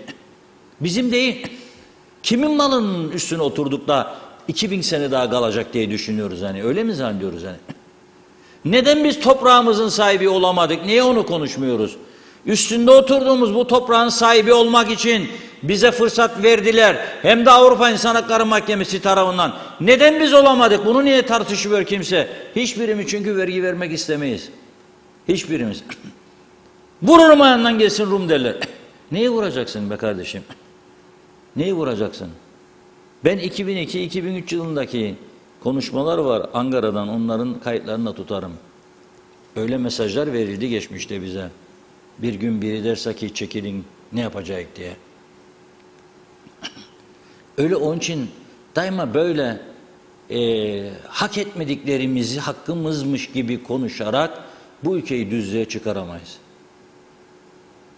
Ve ben onu da söylüyorum yani bu siyaset anlayışıyla, bu yapıyla zaten mümkün değil diyorum. En dürüst insanı getirin mevcut siyasetler içerisinde ki var. Öyle arkadaşlar da dürüst, temiz ama çıkamazlar. Çünkü onları da popülizm engeller. Onları da parti MYK'ları, parti meclisleri engeller. Bırakmazlar. Yani elektrik kurumunu şimdi özelleştireceğim diyebilecek cesareti gücü var mı? Mevcut iktidarın veya muhalefettekilerin. Değemezler. Bir tarafın ideolojisine uygun değil, bir tarafın da menfaatlerine uygun değil. Bu şekilde idare ederken şimdi bak yönetim kurulu bize atarık. Milletvekili adayı olup da kazanamayanları getirik buraya. Ne bileyim oradan işte ihaleler, ihalesiz alımlar. 300-400 milyon dolarlık rüşvet iddiası, yolsuzluk iddiası dosyaları duruyor orada. Bu ülkede bunların kaymağını yiyenler var. Ama devlet fakir. Yoksa çok zenginimiz var. Devlet fakir, çok zenginimiz var. Esas mesele budur. Kira sözleşmelerini yaptıramıyorlar. İstemiyorlar. Hani bir çağrı duyuyor musunuz? Ey vatandaşlar mecbursunuz dediklerini duyuyor musunuz? Hani üniversite kaydı yapanlara böyle bir şart getirildiğini duyuyor musunuz? Duymuyorsunuz. Duyamazsınız zaten. Duyamazsınız. Onun için var imkan çoktur. O imkanları kullanmasını bilmektir. En önemlisini söyleyeyim. 40 sente akaryakıt elektrik üretiyor. 15 sente teklif var kendisine. Ver 15 sente, 5 de sen koysun. O 5 senti de ülkenin kalkınmasına kullan. Gene yarı yarıya ucuz. Neden yapmıyorlar sizce? O 40 sent aradaki farkı kimdir kullanan? Kimler yarıyor? Düşünün bakalım. Düşünün. İnanılmaz imkanlar yaratıldı bu ülkeye. Çoğu heba edildi. Hala da aynı zihniyet devam ediyor. Ben bu zihniyetle iyi bir sonuca gidebileceğimizi tahmin etmiyorum. Bu bir arkadaşımızın paylaşımı, Mete Feridun'un gördüm. Benim de her gün dikkatimi çeken bir şey var. Yollarda çok araba görüyorum artık. Araç bozuluyor, çekiyor yolun kenarına, yardım bekliyor. Veya birileri geçsin yardım etsin veya şu bu. Yakıtı bitip elinde bidonla koşturanlar da görüyoruz. Demek ki diyor o da bir ciddi sıkıntı var. Adam aracını muayeneye götürüp, makinese götürüp tamir ettiremiyor. Allah yardımcı olur deyip çıkıyor yola. Yolda yarıda kalıyor. Ya da bu yakıt beniyle koşan Girne'ye götürür diyor, götürmüyor, kalıyor. Bu da bidon elinde Girne'nin enişinde veya yokuşunda koşturuyor. Ama bu arada tabii çok ciddi trafik kazaları oluyor. Bir ölümlü kaza vardı ve bir hafta içinde 44 tane kayda geçen büyük kazadan bahsediyorum. Ciddi kaza. Takla atıp ters duran, düz duran, yaralı maralı bir insan. 12 kişi yaralanmış. 1.126.000 lira hasar tespiti yapılmış. Bu kazaların sebepleri 15 tanesi sürat, 12 tanesi dikkatsiz sürüş, 4 tane kavşakta durmamak, 7 tane yakın takip ve diğer etkenler. Bir taraftan da rutin trafik kontrolleri. Bir haftada kontrol edilen araç sayısı 6.565. Suçların dağılımı mı istiyorsunuz? Sürat 149. Tehlikeli sürüş 1, dikkatsiz sürüş 19, ruhsatsız 48. Aha sana kaynak. Aha sana kaynak. Her gün kontrol yaptır bak neler olur. Ehliyetsiz, aha sana kaynak. Adam ama gidiyor ehliyet çıkarsın diyor kendisine. Doldu saatin diyor. Kayıt almam diyor. Kayıt alırsa da 2 ay sonra ehliyet. Gelirse ne mutlu sana. Alkollü 33. Cep telefonu, seyir halindeyken cep telefonu 129. Ne miyim? Her gün görüyorum. Böyle zikzak gidiyor. Dikkat edin ha. Yol benimdir diye sürmeyin ha. Yol benimdir diye sürmeyin. Solda giden araba çift şeritte. Lefkoşa Girne veya Lefkoşa Mausa söylüyorum. Veya Güzelyurt. Sol şeritte gidiyor. Siz sağdan onu geçeceksiniz değil mi? Hakkınız da var. 100 kilometre hakkınız var mesela. O 60'ta, 55'te, 70'te gidiyor. Dikkat edin bir anda yolun sağına geçiyor. Çünkü elinde cep telefonu. Yazıyor arkadaş. Yoldayım Fatma bekle beni özledin mi? Ya da yoldayım Ali geliyorum falan. Bunun içindir yani cep telefonunda yazışmalar, konuşmalar. Evet çok gereksiz yere kullanılıyor cep telefonları. Çok gereksiz yere. Avrupalarda böyle bolluk yoktur. Sonra da alıyoruz. Az kullanacaksın. Az kullanacağım. Kedi önünde zıplıyor, çekiyor, paylaşıyor. İnternete bağlanıyor tabii, internet de parayla. Bizim yaramaz yerinde oturmaz. Nedir bu? Bugün de diyor canım Şam işi çekti, Şam işi yaptım. Bu ne? Bu ne? Onun için kullanıyorsak ödeyeceğiz. Ama arabada yapmayalım bunları demek istiyorum ben. Yoksa tabii ki herkes istediğini paylaşacak. Bir de çok dikkat çekiyorum. Bazıları kendine çok güveniyor. Filtresiz diye de uyarıyor. Diyor ki bende filtre yoktur diyor. Yani böyle güzelim. Zannetmeyin filtre yaptım da maymun suratlıyım da çok güzel görünüyorum filtre yaptım. Yok. Çok güzelim ve kendime de güveniyorum diyor. Bizim bir sözümüz var. Bakın bu kadar çok olay var bu ülkede. Şimdi soruyor izleyiciler de diyor ki bu kadar erken ölümler nedir diyor sebebi. Uzmanlara ben de karşılaştığımda soruyorum ya da arkadaşlarımız soruyor. Bize de bilgisini getiriyor ya da okuyorum çok. Birçok sebebi var.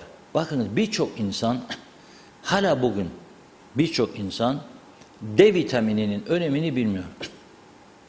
Devlet hastaneleri de D vitamini tahlillerde yapmadıkları için özele gitmek. Özele giderse de iyi para isterler. D vitamini pahalı. Herkeste o para yok. D vitamini eksikliği yüzünden düşüp bayılan insan halsiz, yorgun, gözü kararıyor ve bazen de öyle teşhis koyuyorlar. Doktorlarımızın iyileri var tabii canım ama bazıları da öyle teşhis koyuyor ki yanlışlar üzerine. Beyin ameliyatına göndermek istediklerine tanık oldum ben. Hatta bir değil üç uzmana kadar çıktı bu iş. MR'da aldım gittim Rum tarafında verdim doktora. Profesör değil benim götürdüğüm adam. Normal doktor. Burada profesörler çok olduğu için onlarda o kadar profesör yok Allah'a şükür. Adam aldı baktı ne dedi? Beyin ameliyatı mı dedi buna? Yok. Bu tahlilleri yap da gelin bana dedi. Verdi. Yaptık gittik benim götürdüğüm arkadaşın 8 çıktı D vitamini. Dedi bana Reşat dedi bu dedi.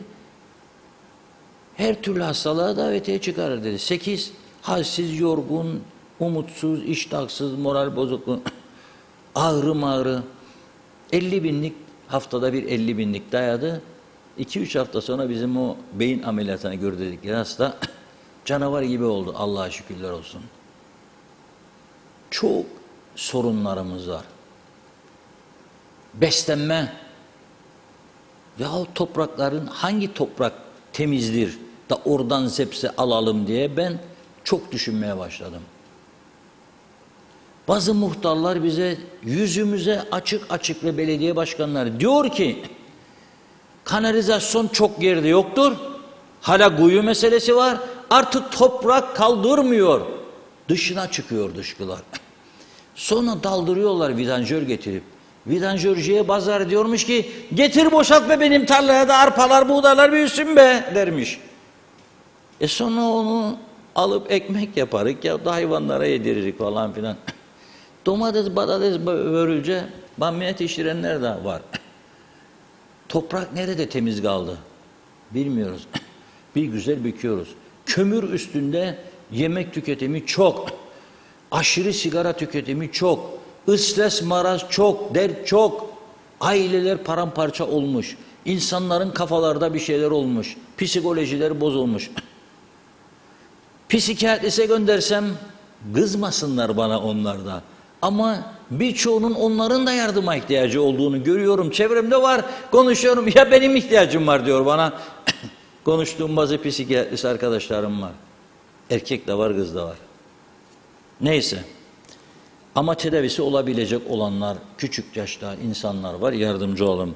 Küçük Kuzey için geçen hafta demiştim ki buradan bir el verelim. Bir el verelim. Çok fazla bir para değil. 60 bin dolar eksikleri kalmıştı. Çok teşekkür ediyorum. 2-3 gün içerisinde bayağı ilgi olmuş. Para yatıranlar oluyor. Bana da yazanlar var. Arkadaşlarımıza yazanlar var. Babasına Kuzey'in yazanlar var. Gürdal Selengüçlü'ye. İrtibat kurmaya çalışıyorlar. Bugün Geçikköy'de Fatma Hanım çok sağ olsun. 3.000 lira galiba bir bağış yapacaktı. Ben gidemem yaşlıyım bankaya diye beni aradı, habire arayıp duruyor. Babasına söyledik git al yatır. Başka arkadaşlarımıza mesajlar veriyoruz. Bizi dinleyen, seven insanlar Küçük Kuzey için yardım yapmaya çalışıyor. Bugün de sevindirici bir haber aldım. Milletvekili arkadaşımız, yeni milletvekili Devrim Barçın 2000 Türk lirası da o bir bağış yapmış sağ olsun. Çünkü kendisi de sağlık sorunları yaşayan bir arkadaşımız. Ne olduğunu bu meselelerin iyi bilir. Önce Küçük Kuzey'in sesinden bu yardım çağrısını dinleyelim ve sonra bir mesaj daha okuyacağım. Lütfen bana yardım eder misin?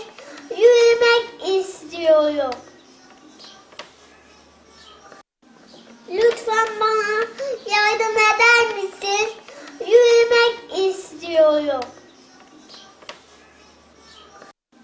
Lütfen bana yardım eder misin?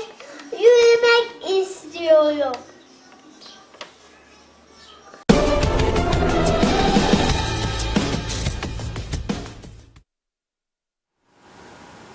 Evet, bugün bir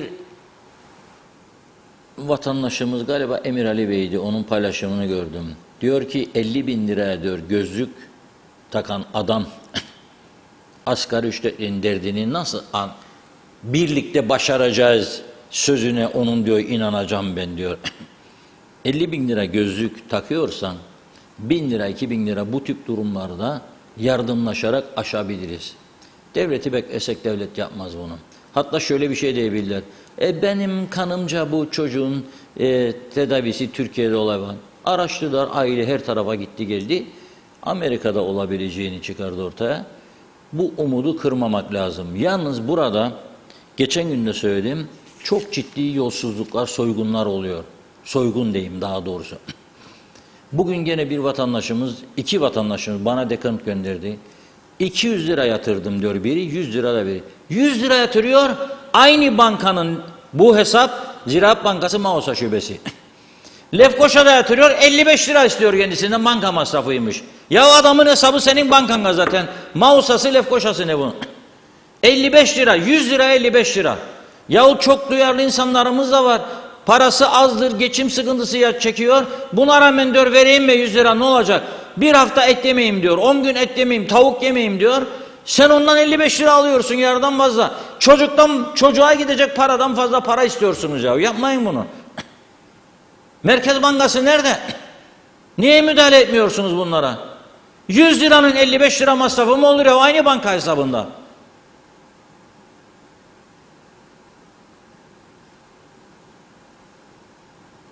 Aileye de çağrı yapıyorum. Madem ki kaymakamlıklar size hem Mausa hem Lefkoşa'da verdi, Lefkoşa'da da hesap açın birkaç banka, yerli bankalarla da konuşun. Birkaç bankaya yayın bu işi. Çünkü bazı insanlar var, bunu ödemek istemez geri döner. Olmaz. Müzisyen arkadaşımız Ersin Tünay bugün çok güzel bir paylaşım yaptı.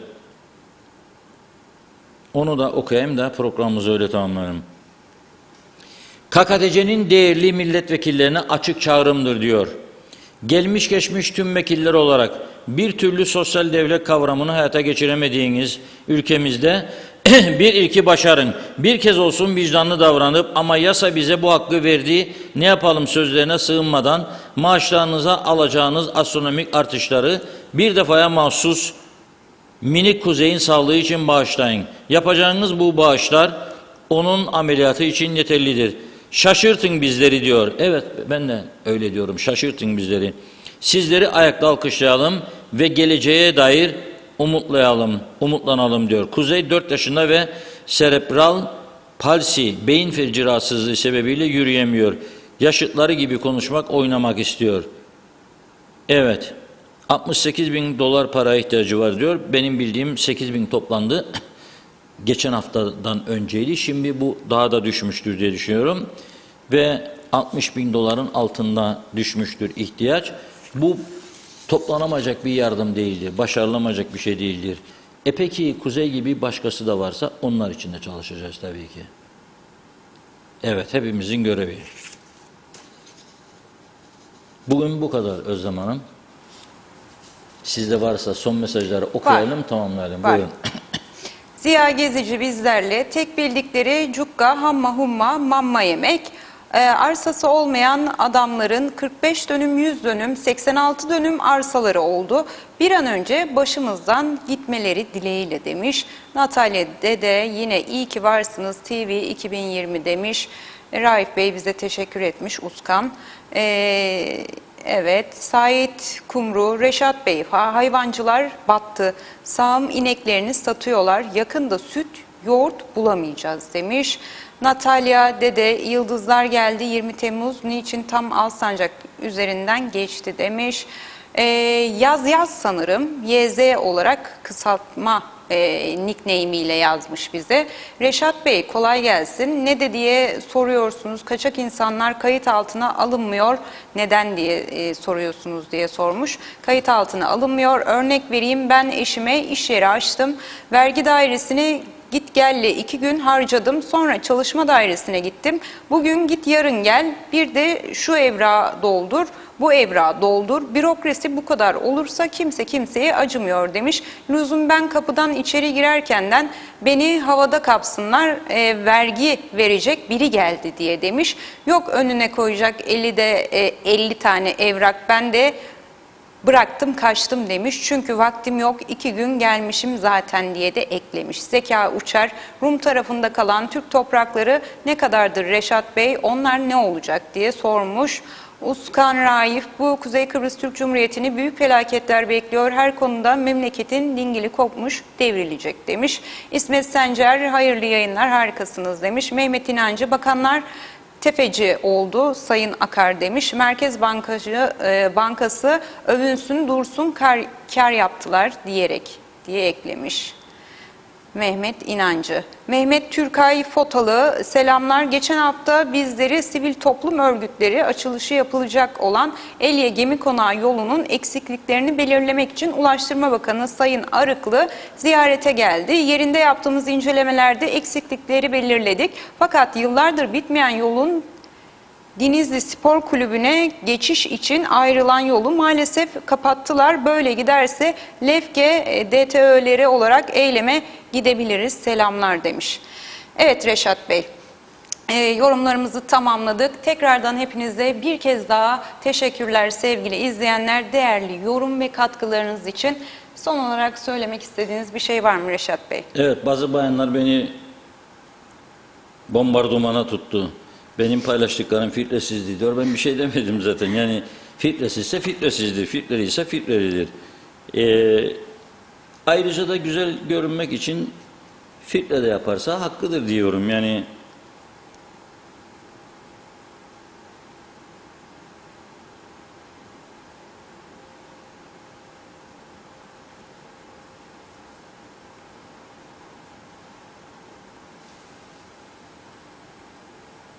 Bombardıman devam mı ediyor Reşat evet, Bey? yok birçok şey var. Hepsini okumam mümkün değildir.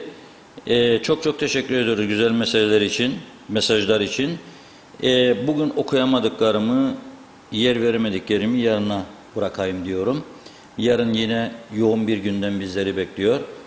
Ama en önemlisi inşallah bugün ana konumuz olan elektrik santralinden yükselen o zehir dumanlar, simsiyah, kara bulutlar, hepimizi tehdit eden o dumanlarla ilgili bir açıklama yaparlar ve inşallah yakıtın kalitesini ölçerler. Yeni yönetim kurulundaki arkadaşlar, sizin de sorumluluklarınız çok büyüktür. Ne yapalım işte biz karışamayız falan deme gibi bir lüksünüz yoktur. Karışacaksınız, hesap soracaksınız ve genel müdürü veya yönetim kurulu başkanını zorlayacaksınız. Açıklama yapacaklar. Nedir bu zehirli dumanlar? Neden böyle? Yakıtın kalitesi nedir? Çünkü bu şekilde devam edemeyeceği herhalde hepimizin düşüncesidir bu. Herkes de buna inanmak zorundadır. Bu şekilde devam edemez bu iş. Yani bu zehir bu şekilde gitmez. Bunun bir önleminin alınması lazım. Gelen yakıtın kalitesi nedir? Neden böyledir? Sorun nedir? Bunu kamuoyu ile paylaşmak lazım. Evet, bugünlük bu kadar. Yarın inşallah yeniden birlikte olacağız. Özlem Hanım'a da çok teşekkür ediyorum. Bugün bana eşlik etti. Sağ olsun. Evet, bugün de Gündem Özel'in sonuna geldik. Efendim, sağlıkla kalın, hoşça kalın diyoruz. Arada kaçırdığım yorumlar varsa affola. Hoşça kalın efendim.